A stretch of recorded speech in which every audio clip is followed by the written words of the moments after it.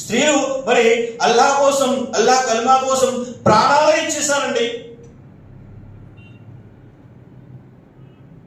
ఆయన చెప్తున్నారు, ఒక పండితుడు చెప్తున్నాడు, ఒక స్త్రీ యొక్క విశ్వాసం ఎలా ఉంటుంది అంటే, ఒక స్త్రీ యొక్క విశ్వాసం ఎలా ఉంటుంది అంటే చీమలా ఉంటుందండి. చీమ చూస్తుంటాం కదండి, చాలా రకాల చీమలు ఉన్నాయి. నల్ల చీమలు చిన్నవి ఉంటాయి, ఎర్ర చీమలు చిన్నవి ఉంటాయి, పెద్ద చీమలు ఉంటాయి నల్లవి.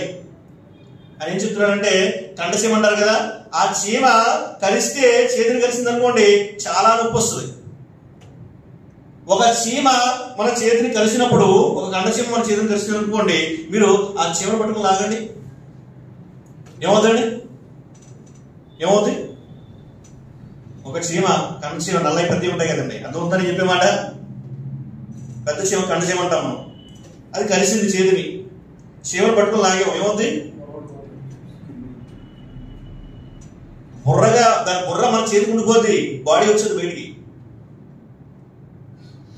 అంటే దాని పట్టు ఎంత గట్టిగా ఉంటుందంటే తలను కూడా వదిలేస్తుంది.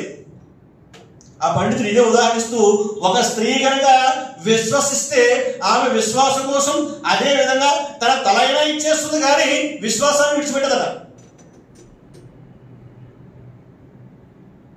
ఎంతో మంది సాక్ష్యం ఉన్నారు కదా. సుమయ్య రజియల్లాహు తఆలా అన్హా కల్మా కోసం, లా ఇలాహా ఇల్లల్లాహ్ ముహమ్మద్ రసూలుల్లాహ్ కల్మా కోసం ఆమె 2 ముక్కలుగా చీలిపోవడానికి ఇష్టపడింది. మరి ముష్రికులు ఆమెని మరి 2 కాళ్ళు, ఒక కాలుకి ఒక ఒంటికి, మరి ఇంకో కాలు ఇంకో ఒంటికి కట్టి 2 ఒంటిని 2 వ్యతిరేక దిశలో నడిపిస్తే ఆమె శరీరం 2 ముక్కలుగా చీలిపోయింది.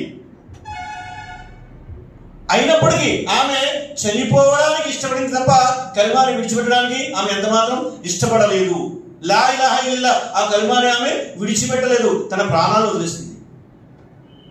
అది ఆసియా రజియల్లాహు తఆలా అన్హా వారు, ఫిరోన్ భార్య. ఫిరోన్ ఏం చేశాడంటే, ఆమెని సిలువపై పడుకోబెట్టి చేతులకి మేకలేస్తాడు, కాళ్ళకి మేకలేస్తాడు. ఆమె శరీరంలో ఎక్కడ పడితే అక్కడ మేకులు దిబ్బుడుతూ ఆమెను హింసించాడు. తనని దైవంగా అంగీకరించమని, అల్లాహ్ను విడిచిపెట్టమని. ఎన్ని యాతనలకు గురి చేసినా, ఎన్ని కష్టాలకు గురి చేసినా ఆమె కల్మాని విడిచిపెట్టలేదు. లా ఇలాహా ఇల్లల్లాహ్ కల్మాని విడిచిపెట్టలేదు. చివరికి దుర్మార్గుడు ఫిరౌన్ ఆమె యొక్క గొంతులో మేకులు దిగ్గొట్టి ఆమెని చంపేశాడు. ఆమె చనిపోవడానికైనా ఇష్టం